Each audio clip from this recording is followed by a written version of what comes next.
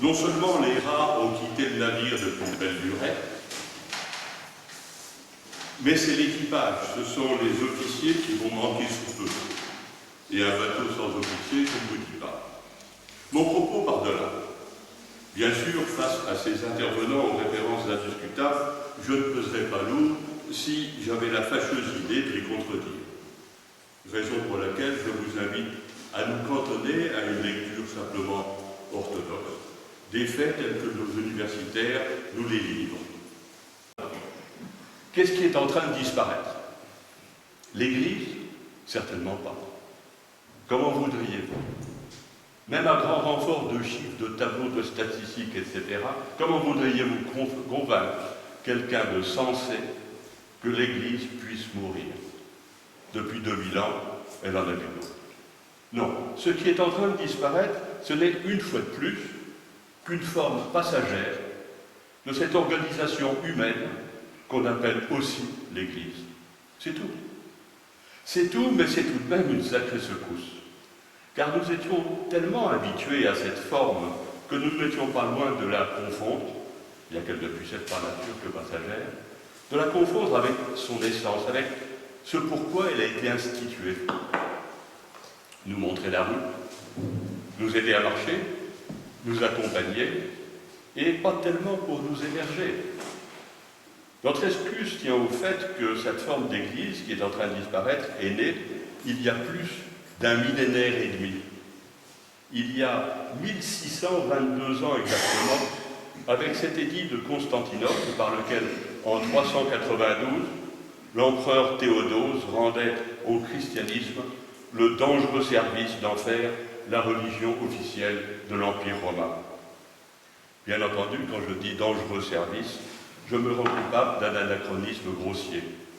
Tous les chrétiens de cette époque, absolument tous, ont applaudi à une décision qui mettait enfin un terme à plus de 3 siècles de persécution. Souvent effroyable, rappelez-vous, Néron. Jusqu'à nous, la réponse est oui, mais en ajoutant aussitôt, dans quel état, mon Dieu. Il est parvenu jusqu'à nous, comme tout ce qui traverse le temps, déformé, bosselé, fissuré, amputé, parfois bien difficile à reconnaître et à décrypter. Un peu comme les noms de lieux, justement, qui reconnaît le peuple d'Ibène dans Plébin. Et d'ailleurs, qui était cet Ibène dont Père d'Artangui nous dit qu'il n'en sait rien, même s'il suppose qu'il aurait peut-être été un compagnon de Saint-Grégoire. Mais si aujourd'hui, encore, des hommes et des femmes à la période prescrite, en semaine, incognito, parcourent toujours les 12 km de la grande proménie de Locronan, ce qui n'a rien de vraiment festif. C'est bien parce que dans ce rituel christianisé, il y a quelque chose de très enraciné, de très profond, qui correspond toujours à une vraie demande, à une vraie attente. Mais laquelle? Et pourquoi? Et comment? Il en faut, et il en faudra du travail pour reconstituer tout ça et mieux comprendre d'où nous venons, donc qui nous sommes. Fort heureusement, l'université nous donne un grand nombre de chercheurs de qualité et le travail continue d'avancer. On a quelqu'un ici aussi. À la question de savoir si cet héritage peut accompagner ou faciliter l'émergence de ces fameux pôles spirituels annoncés par sœur Suzanne Rosier, je ne peux que proposer quelques pistes. La première, et peut-être la plus importante, concerne le caractère volontaire de la démarche. Nos pères se sont regroupés d'eux-mêmes autour d'hommes, de saints, qu'ils avaient choisis. Car une des caractéristiques de nos moines ermites était de ne pas être là pour encadrer, diriger ou même évangéliser.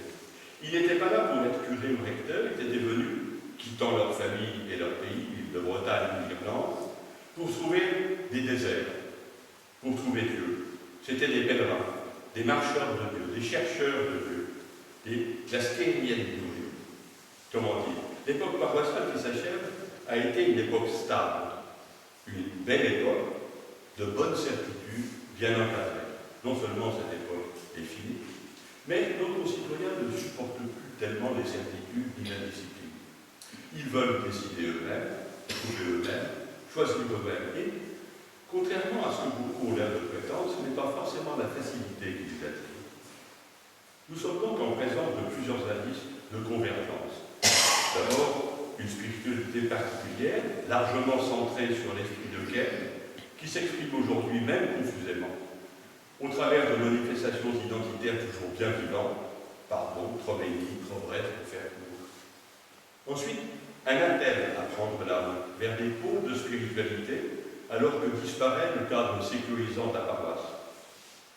Enfin, l'invitation et la possibilité d'une démarche volontaire, puisque la référence à l'autorité des recteurs a vécu et qu'il n'y a plus vraiment de pression sociale à une pratique religieuse. Tout ceci ne constitue pas un bien étrange similitude. Entre deux périodes de persécution, l'Église tentait de s'institutionnaliser à la fin du IIe siècle. Tertullien, considéré aujourd'hui comme père de l'Église, est réhabilité par le pape Benoît XVI, mais condamné de son temps comme dangereuse hérétique. Tertullien est à proclamer « On ne naît pas chrétien, on le devient ». Ainsi, entendait-il s'écarter de toute conception magique du baptême et d'affirmer que toute vie est une quête de Dieu, une marche vers un Dieu d'amour qui appelle tout le monde. Et je crois que cette sorte de désinstitutionnalisation de l'Église, que constitue à notre niveau la disparition progressive des paroisses, redonne toute sa puissance à cette vision. Je crois également que c'est elle qui animait nos pères fondateurs, ces saints éponymes des Ploux. Tout le monde aura compris pourquoi, parmi tous les pôles spirituels possibles, j'ai choisi celui qui est le mieux à même de me relier à l'esprit des Ploux. Alors, en conclusion, religion, avec un S en Bretagne aujourd'hui, c'est un titre bien trouvé pour une somme d'études extrêmement utile. Et religion, tout ce qui nous relie à Dieu, et parce que nous relions à Dieu, nous relie aux autres.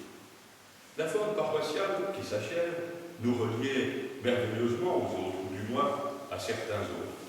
Beaucoup s'y sentaient bien, je m'y sentais bien. On en avait sans doute un peu trop oublié qu'il y avait encore de la route à faire pour aller vers le Père. En cette fin d'été 2014, 3 jeunes pères, mais oui, il y en a, Christ est ressuscité, ont cette année encore emmené sur nos routes plus d'une centaine de jeunes lycéens et lycéennes volontaires. Ils sont partis cette fois de Plouguerneau, pour rejoindre Sainte-Anne-la-Palue. S'agit-il d'une dévotion? S'agit-il d'un pèlerinage? Cette démarche s'appelle Emend, en route.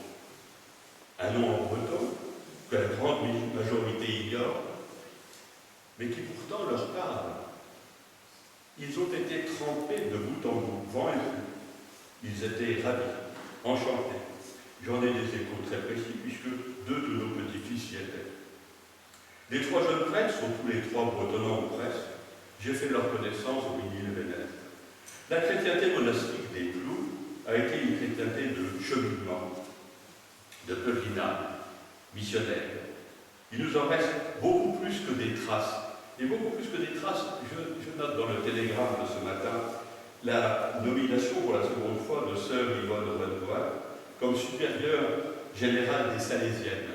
Les Salésiennes, c'est 15 000 sœurs dans le monde. Et elle est fille d'agriculteur de Plouénon. Vous connaissez ce poème, bien sûr, Parti. Ce coutoir, il prend la route, sans trop savoir vers où elle va. Plus tard, lors, à Mondelen, elle vous mal d'Abeler Réserve.